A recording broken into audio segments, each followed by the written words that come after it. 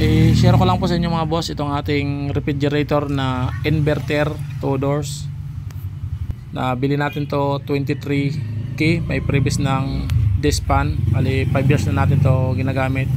24/7 naka-on, maliban na lang kung mag brownout, dahil kung mag brownout dito sa probinsya all day, maghapon siya lang siya mag-off, o kaya minsan din pag may nabutas na ginawa nating yelo ay saka lang siya natin i-off.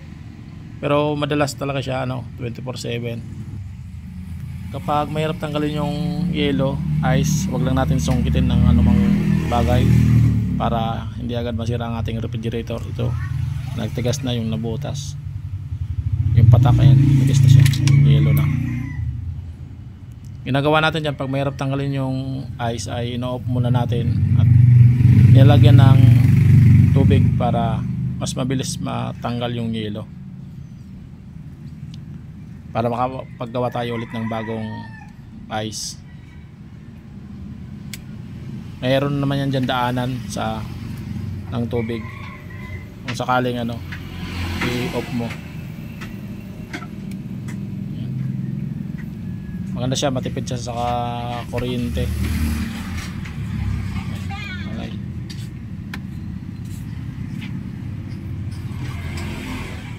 Mayroon nga pala itong inverter. Bumili tayo ng inverter, automatic voltage regulator, para na rin protection sa on and off na power supply.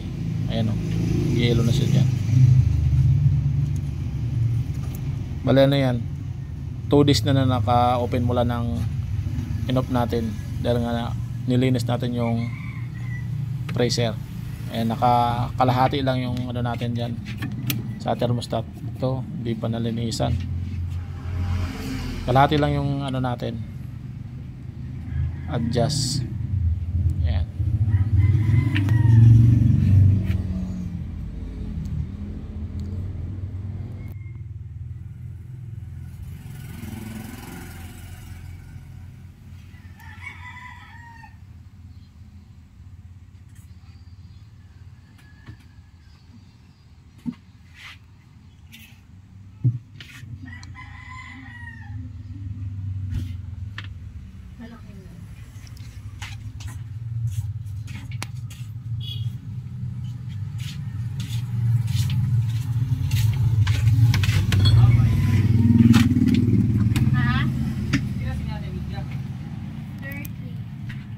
Dito naman sa likod na pupunta ang natunaw na yelo dyan,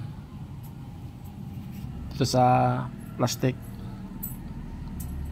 Angat mo lang yan pagtanggal.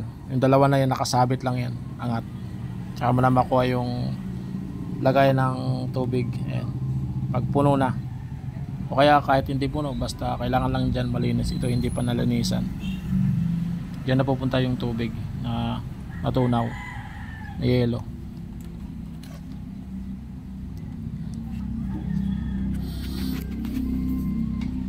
Inverter Panasonic